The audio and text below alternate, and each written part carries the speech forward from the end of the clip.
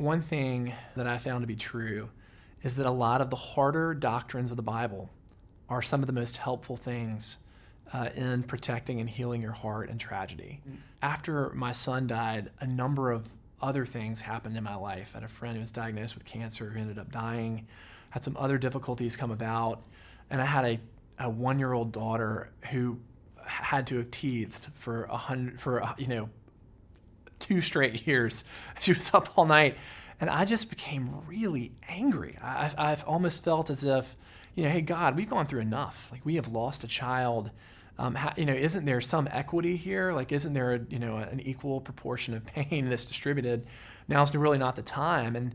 And so, but I knew that becoming bitter was probably the biggest danger in not healing and having a hardened heart and creating distance in my relationship with God.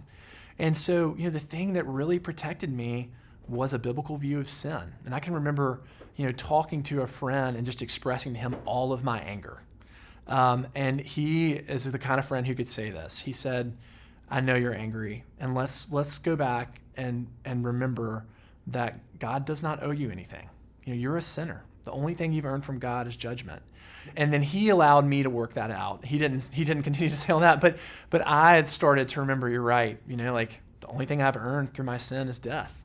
I've done nothing to be skipped over when it comes to the pain that everyone experiences.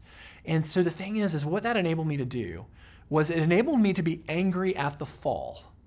It enabled me to be angry as Jesus was angry after Lazarus died. He was angry at death, and he mourned death while not being mad at God, because I'm a sinner. I'm not entitled to comfort.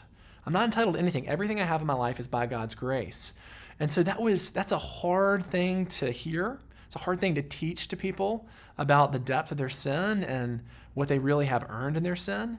But it is a great protection for a person in tragedy, because it prevents them from getting bitter and feeling entitled and feeling like they've been wronged by God. Because God does not do wrong. And God is all good, and whatever he ordains is right.